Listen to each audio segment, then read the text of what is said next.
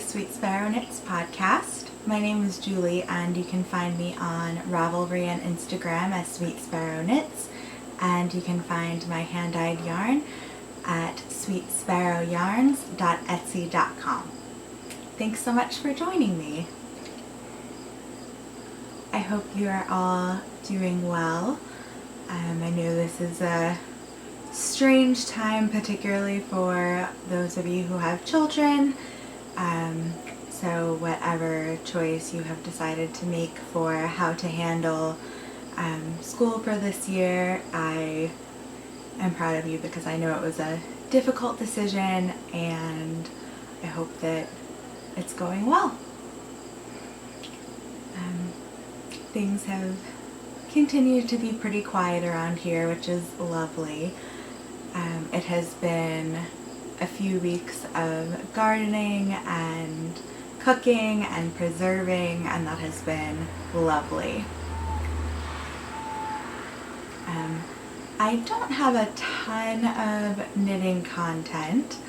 I've been dealing with some health stuff that leaves me very, very tired at the end of the day, so quite a lot of my knitting time is being replaced by napping time at the moment, but hopefully that will change soonish. So without further ado, let's chat about the knitting that I do. I have continued to make progress on this very cute blueberry waffle sock. Actually, I think last time I only was working on the first one. I have finished the first one, and I am a good portion of the way through the second one. I only have a few more inches to go on the leg, and then I will do the cuff, and then I will have a new pair of socks, which is exciting because it is getting to be wool sock weather here. If you are a new viewer, I live on the New York and Pennsylvania border, and it is already starting to feel like autumn here. Not so much during the day, but in the morning and in the evening. It is quite chilly, so like high 40s to mid 50s, so that has been lovely. And I'm excited to continue knitting socks to fill up my sock drawer. My goal is actually to need 2 sock drawers. I recently hit the knitter milestone of having to clear out a second drawer for my sweaters, so that was very satisfying, and I'm hoping to need a second drawer of socks maybe by next fall. We'll see. Another work in progress is also a sock, and this sock has not seen the light of day in probably a year. This is one of the Advent skeins from the Cozy Knitter, and she dyes self-striping yarn, and for her Advent skeins it is 24 different stripes. I picked this up because I had left my blueberry waffle sock out in the studio, and John and I have been watching Ken Burns documentaries at night, and I needed something simple to knit on, and this was just the first thing that I happened to grab, and I've actually been really enjoying it. At one point I was considering just calling it a day on these socks and putting the yarn back in my stash for some other purpose or something. Because I was quite bothered by this red and yellow combination. I don't love red and yellow right next to each other, but I found that the more of the sock I knit, the less bothered I was by it, particularly once I had a second repeat of that red and yellow. It didn't feel like it was sticking out so much. Yeah, so I'm actually pretty happy with this. It has a toe knit out of my yarn. This is Sweet Sparrow Yarns, the Nuthatch base in the Dusty Rose colorway. I'm not sure if you can hear, but there are folks rafting down the river, and they are, as John would say, yahoodling. So I hope you don't hear them too much. So I am on the ribbing of this first sock. I am doing just my usual 1x1 twisted rib. And I think these will probably be for my mom. They remind me a lot of her. She likes quite cheerful socks. And they're also a pretty beefy yarn. I would say that it is probably closer to a heavy fingering to a sport. And, you know, she really likes her Patton's Kurai socks and socks that have a little bit of a thicker yarn. So I think these will be for my mom. I'm hoping to finish this first one probably tonight while we watch the documentary about the national parks. My last work in progress I actually can't show you. I am test knitting a yoke cardigan version of Ellie of Skeindier's Otra cardigan. Well, I'm test knitting the cardigan version. The Otra is a pullover. And I have checked with Ellie, and she would rather that it wasn't shown just yet. I do feel comfortable referring to it by its name because she did make the call for testing public, and my volunteering to test knit it was public, so I don't think it's a secret that it exists, but I can't show it to you quite yet. So I will show that to you when I'm able to, but it is a lovely pattern.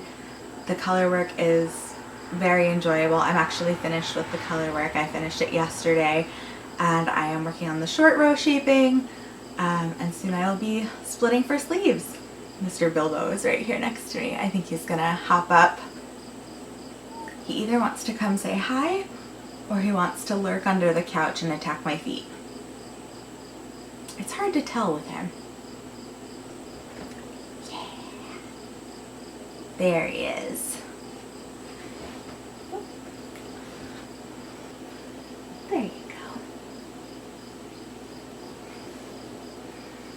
go. Alright, pardon the cat behind over there. So as soon as Ellie gives me the okay to share the Otra cardigan, I will show that to you. Like I said, I don't have a ton of knitting content this episode, but I do have a bunch of other stuff. So now let's chat about what I am watching, listening to, and reading.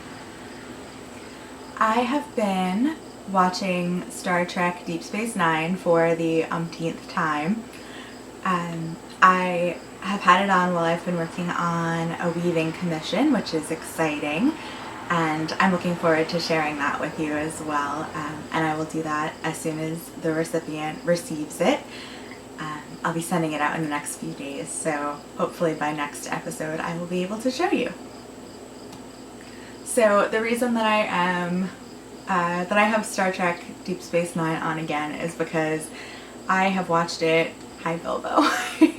I have watched it so many times, I really don't have to pay attention to it to know what's going on, and I can listen to it without looking at it because it's one of the Star Trek series that has a lot of political intrigue, which I just love. I love the depth of character building, and I just think it really excels in its dialogue in a way that keeps it feeling current, even though, I mean, it's gotta be, the show has to have aired 20 years ago now, but it's still really, really good. I have also started rewatching The Great British Bake Off. That is what I watch in the mornings.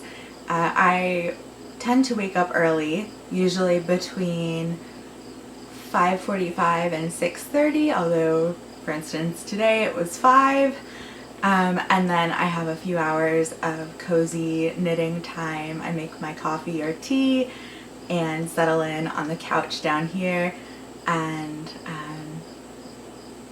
have a nice slow start to my day.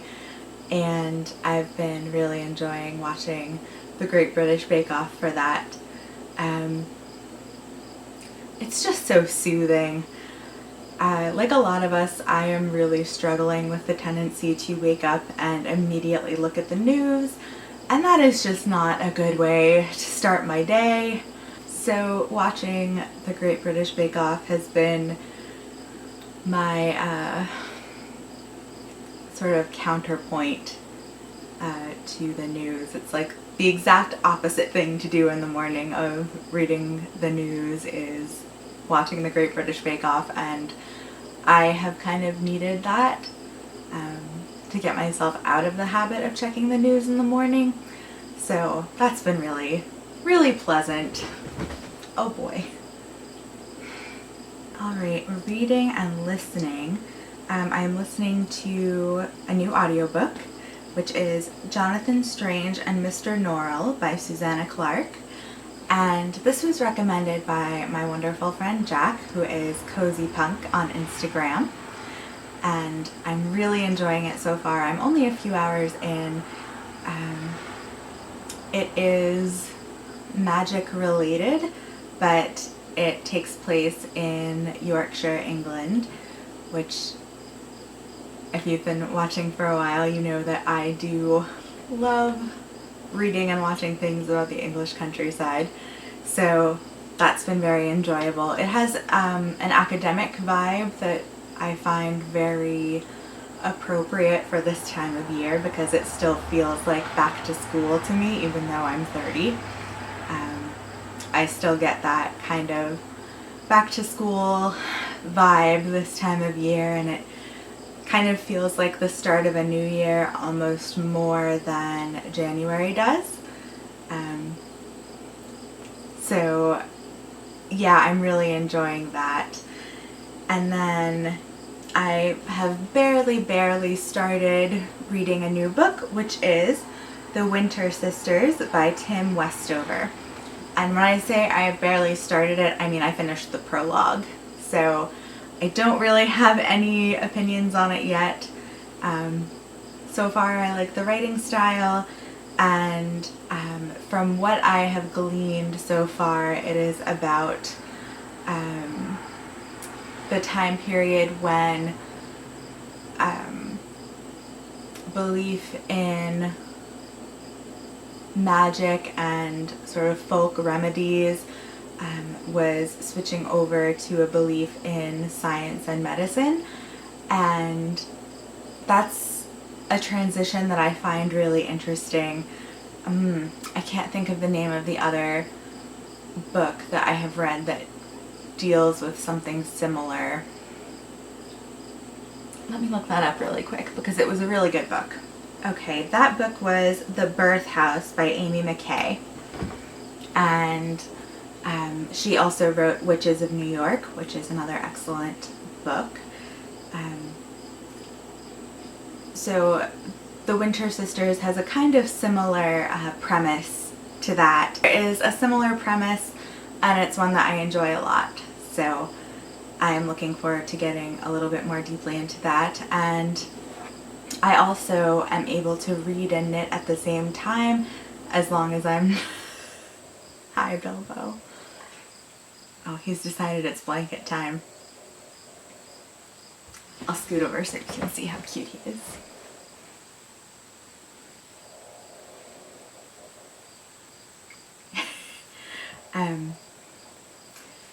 Yes, I've discovered that I can read and knit at the same time. If I'm reading something on my Kindle and I'm knitting something simple, I can just like tap the screen with my pinky. The way that I knit, my pinky is free, so I don't have to put down my needles or anything in order to turn the page. So I think that'll be a really nice way to spend some evenings as it gets chillier as we go into fall. Let's do a little bit of shop talk. I am currently working on getting my website launched, which is exciting. It's nearly done. I just need to finish populating the shop page, and I think we'll actually be ready to go. So I'm hoping to have that up in the next week or so.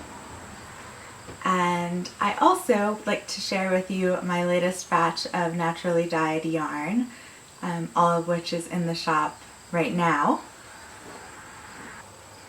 I have been on a real mohair kick. So the designer who goes by ginkgo.b on Instagram released the Aura sweater recently, which is a sweater knit entirely out of silk mohair, and it just has this beautiful sort of peasant top look to it. It's very delicate and ethereal, so I felt very inspired to dye up a bunch of mohair. I love this soft pink. It has a little bit of a brown undertone, which I always really like in a pink. I think it's very flattering on all skin tones to have a little bit of brown in there. So I currently have 4 skeins of this in the shop, and this colorway is called Ada, after one of my favorite songs by The National. This is Truffle, which is this beautiful sort of chocolatey brown mohair and silk. I just love this. I'm really loving brown. I think being surrounded by nature, I see a lot more brown than I used to in the tree trunks and in the beautiful soil in my garden. And I just feel very connected to the color brown lately.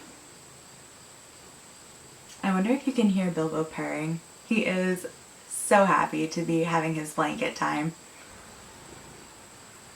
This is Conch, which is on my Sandpiper base, which is a singles merino.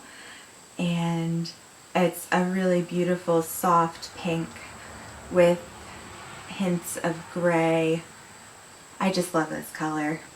So I love the color Conch with Truffle. I always love pink and brown together, but I think this would be such a cozy birds of a feather. I really love pastels mixed with more autumnal colors. I think that's a way to, at least for me, to bring a style that feels authentic to me into fall, because I do favor more muted colors. So I really love layering pieces that are cozy, but in colors that still have that sort of gardeny feel to them. Sorry about the light changing a bit. It is getting dark kind of quickly, and I just heard some thunder. I think it's going to storm soon, which would be quite nice actually. I do love to snuggle in when there's a storm. I'm going to close the window and see if we can keep recording. And we're back. It is raining, and the wind is blowing, and it is a very good day to be snug in a cozy cottage. Anyway, this colorway is Heart of Gold.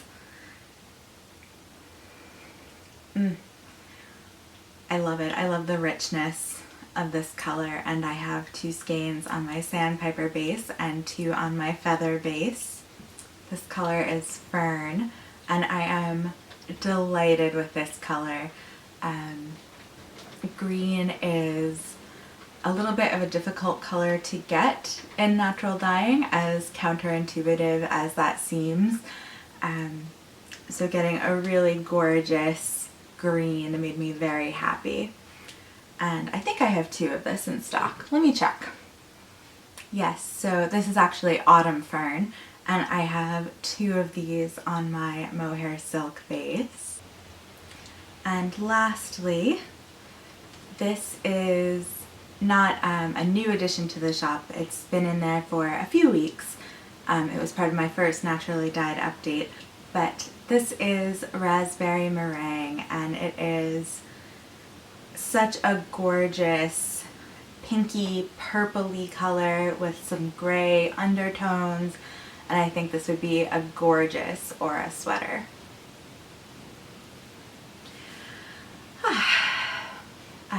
Other shop news.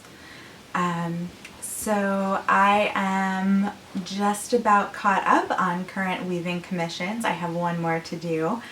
But if you are looking for a weaving as something to give around the holidays or just as a present to yourself around the holidays, this is a great time to get your commission form filled out, and that can be found through the Linktree link in my Instagram. Alright, the lighting is getting pretty dramatic, so sorry about that. We're having one of those storms where the sun is still very much out, even though it's behind a cloud. It's very bright out, so that's giving me some dramatic lighting. I drew a winner for the giveaway of the beautiful hibiscus dyed yarn from the Angora Moose, and the winner was DJ Jones, who said, "Julie, I love your sweet podcast so much." Thank you. "A Wrinkle in Time was a favorite book. Can't wait to hear from you again. Your yarn and knitting keep me inspired to keep trying all the things." That makes me so happy. I am so glad to hear that you feel inspired by the podcast. Thank you. So, DJ, if you can write me a message on either Ravelry or Instagram, or I'm not sure if there is private messaging on YouTube, but any of those are totally fine, and I will get your address and send you your yarn.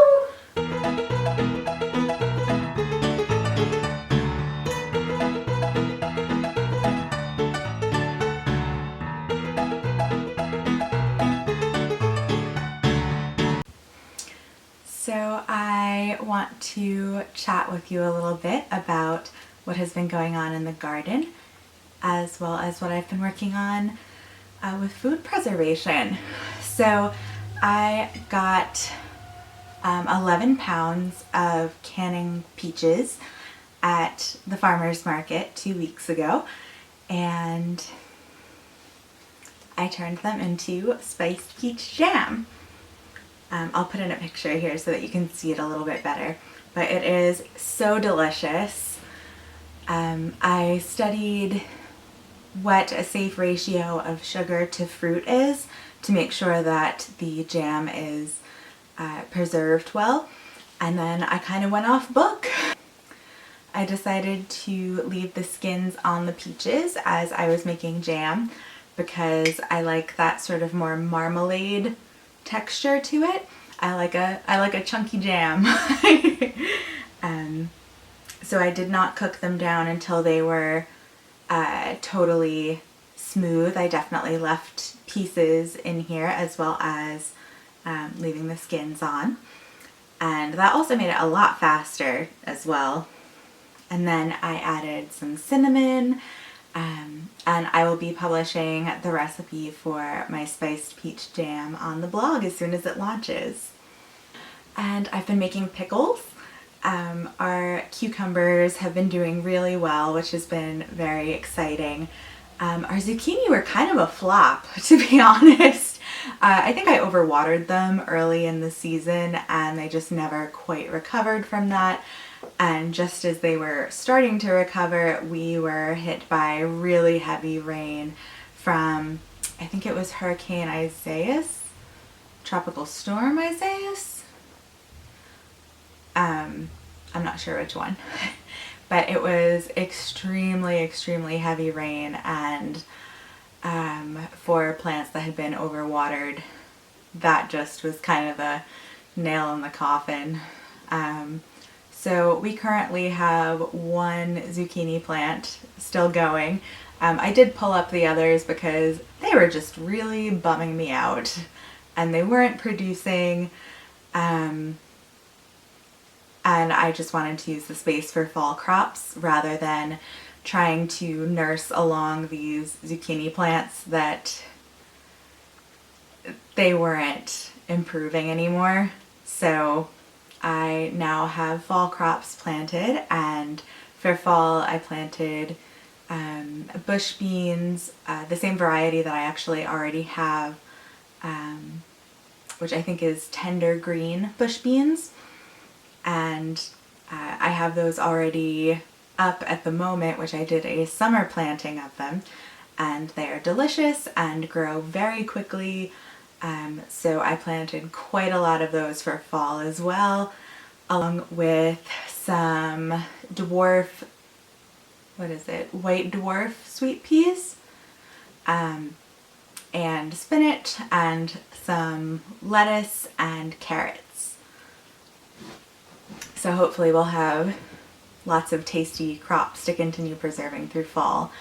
But anyway, to get back to the pickles, I myself am not the hugest fan of pickles.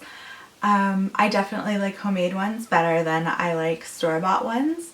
I think because I decided at such an early age that I didn't like pickles, I always associated them with like the very floppy, soft ones that you'd get on like a cheap hamburger,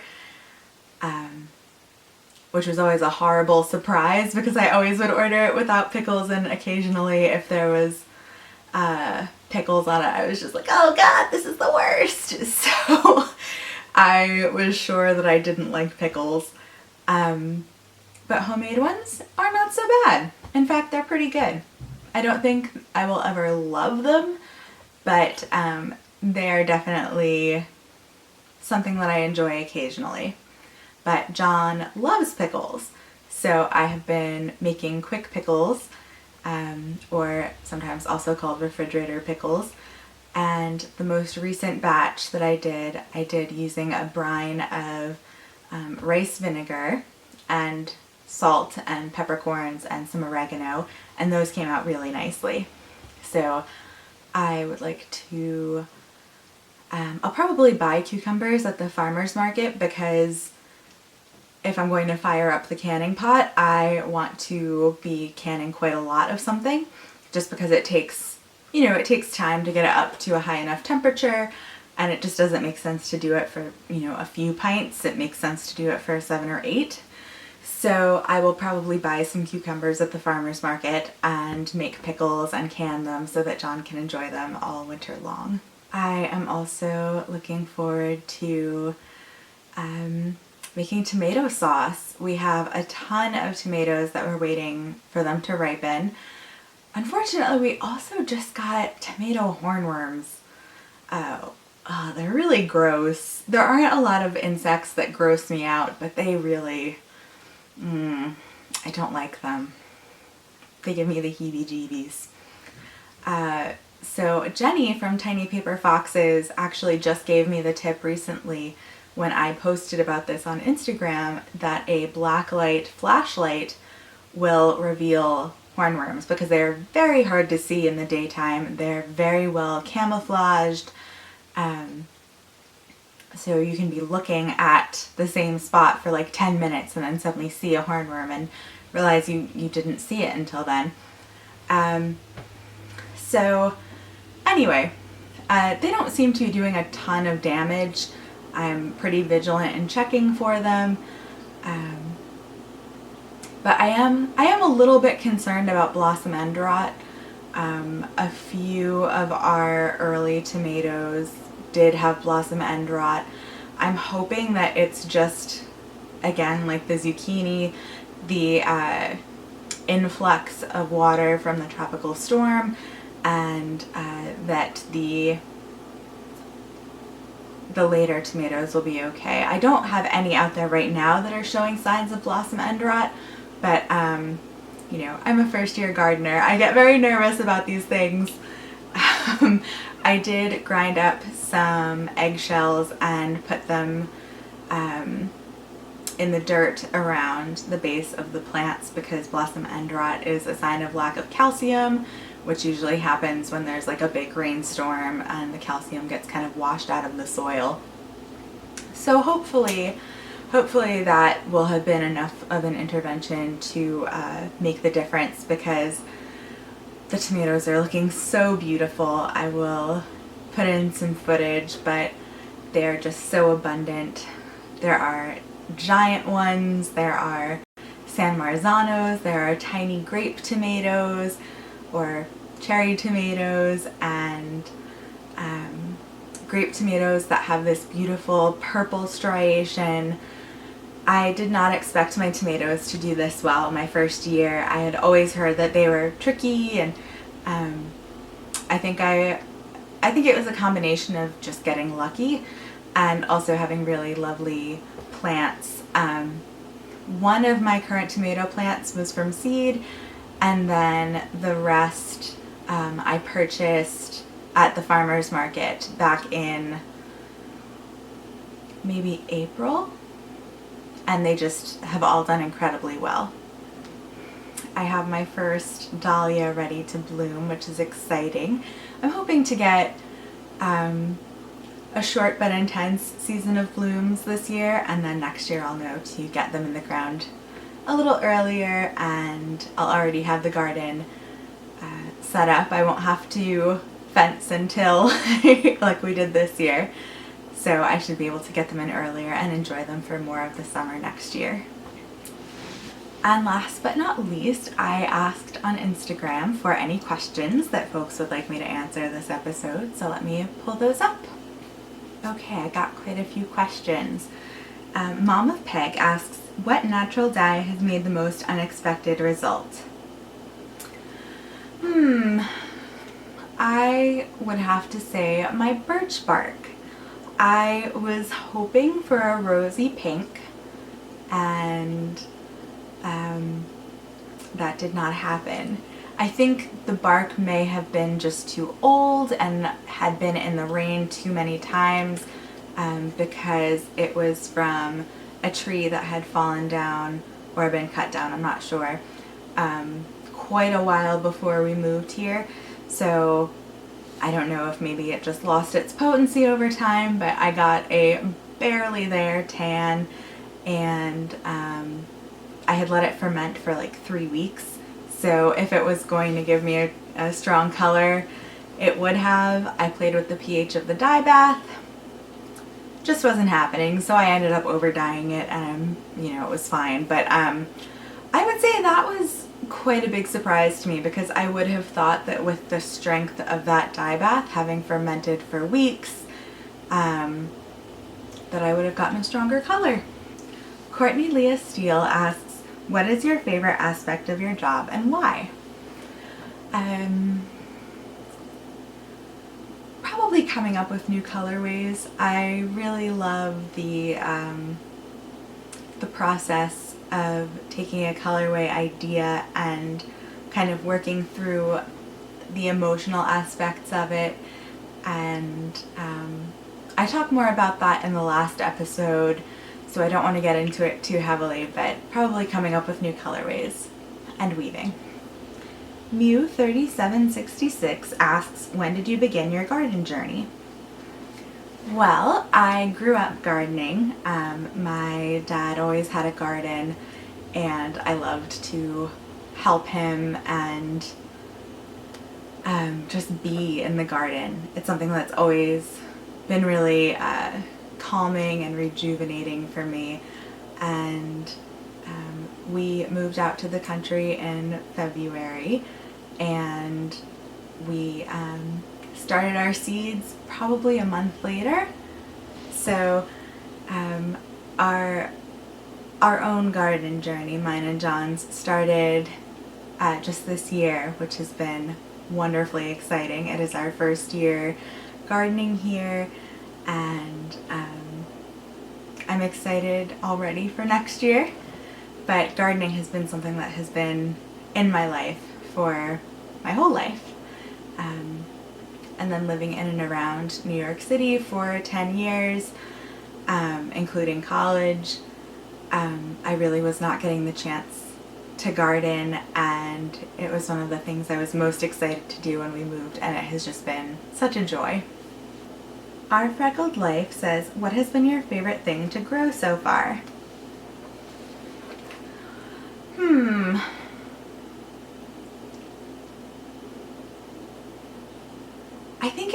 cucumbers. It's just so exciting because they grow really quickly. They're these, you know, tiny, tiny little cucumbers with a blossom on the end. And then a few days later, they're full-size cucumbers. It's really wild. And I think what makes them even more fun is because I did not expect them to do this well. The seedlings did not look great by the time we got them into the ground. We had been hardening them off or bringing them from inside to outside to get them used to outside conditions for several weeks as we looked for someone to till our garden since we were starting just from lawn, and they're quite like drapey long plants, and they did not seem to like being constantly moved in and out of doors. And I didn't really expect them to do very well. I didn't even really expect them to survive, to be honest. And they unexpectedly did really well. So I think they have been one of my favorites this year. Jennifer Kirshner asks, any sock pattern recommendation for your tweed base? Hi, Jen. I am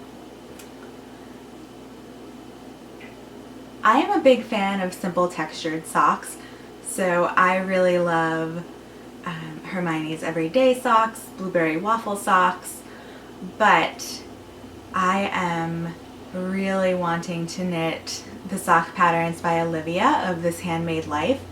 I think the tweed base, my house wren base, would look really great in a lot of her patterns because she has a lot that are these simple, beautiful textures. She has some that are more delicate and lacy, but then some that have like cables and I'll insert a picture here, but there's one that I'm thinking of that she just posted on her Instagram that is, her sample of it is like a golden yellow and it has these beautiful cables, and I think that would look amazing in the house wren tweed base. NPT Ellen asks, do you own that gorgeous land that is in your stories? So we don't own it, we actually rent. We would love to own it if our landlord ever feels like selling, but we do not own it. Our landlord is very generous with the land that he lets us use. Technically our lot is an acre, but we are also able to walk through all of the woods that he owns.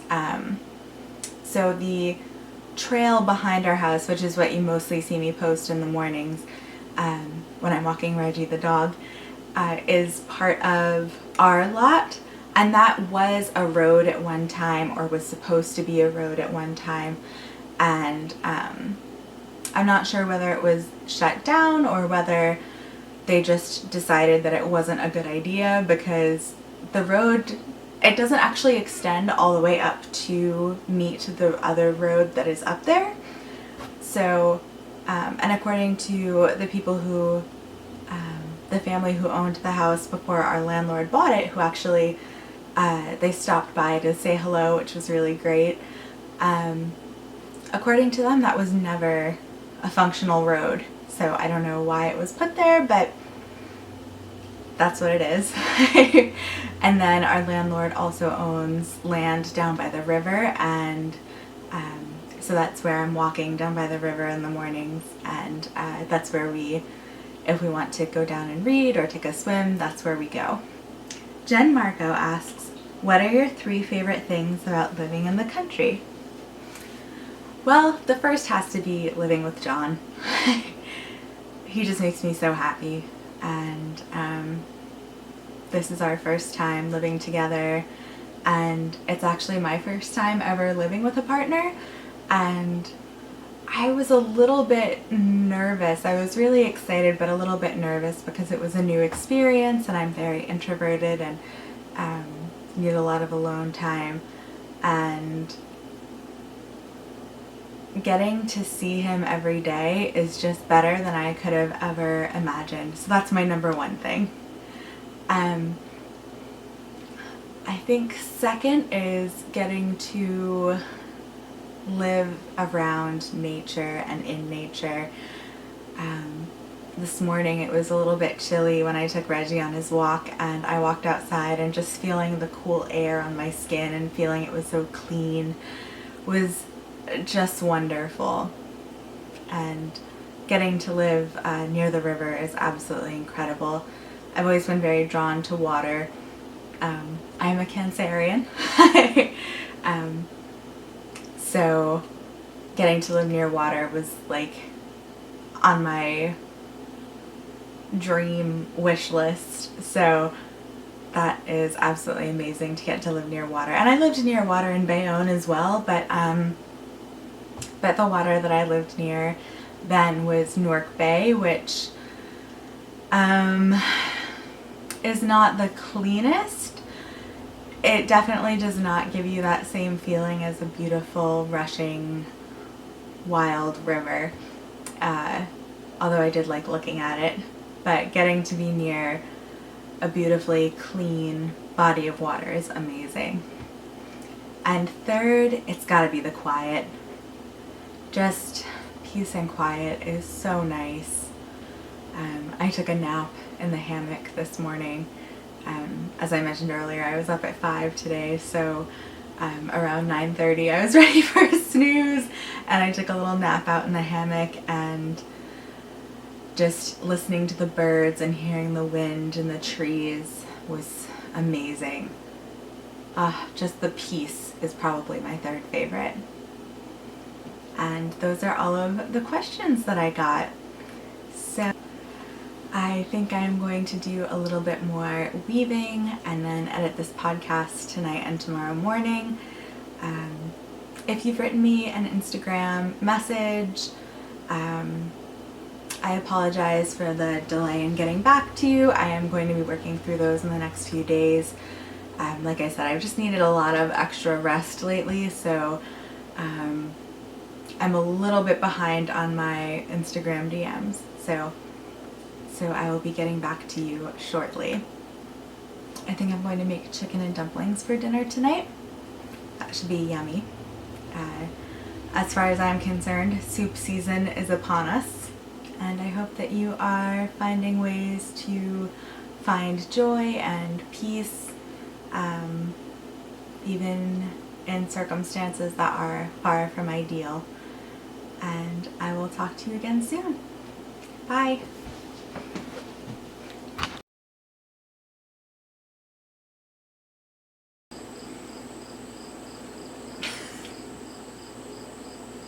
Bilbo. How about the other side, my friend? How about the front half? How about you turn the front half this way?